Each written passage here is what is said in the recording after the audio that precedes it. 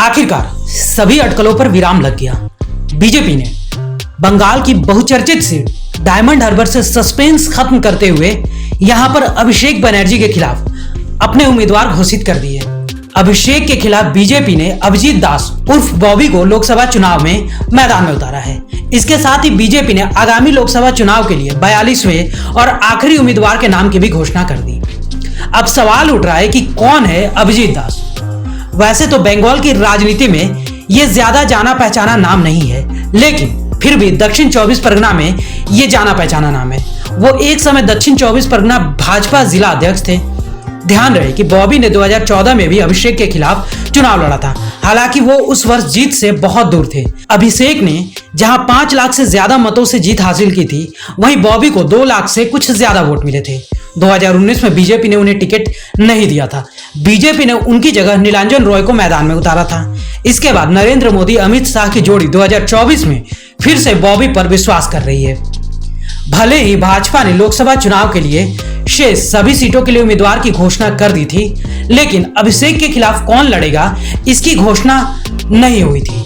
इसका इंतजार लोगों को लंबे समय से था।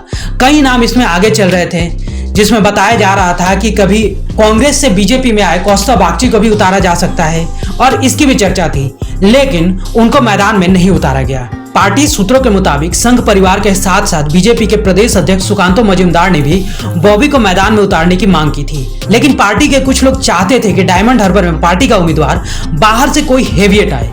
बीजेपी सूत्रों के मुताबिक संघ परिवार का तर्क था कि बॉबी आरएसएस के पुराने कार्यकर्ता हैं।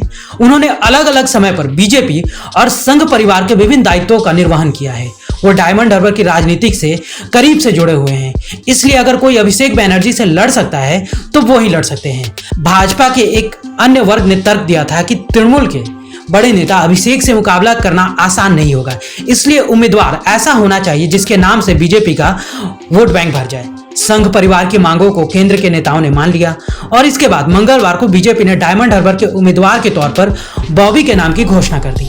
हालांकि चुनाव के बाद ही पता चल पाएगा कि बीजेपी के इस उम्मीदवार को लोगों ने कितना समर्थन दिया है। अभिषेक बनर्जी हैवीवेट कैंडिडेट हैं, उनके खिलाफ कोई भी उतरेगा तो लड़ाई मुश्किल ही होगी। इस बार बीजेपी ने आरएसएस के कार्यकर्ता पर भरोसा जताया है। ब्यूरो रिपोर्ट, सूत्रकार समाचार। हमारा ये वीडियो अच्छा लगा तो इसे लाइक करें, शेयर करें और हाँ, सब्सक्राइब करना ना भूलें।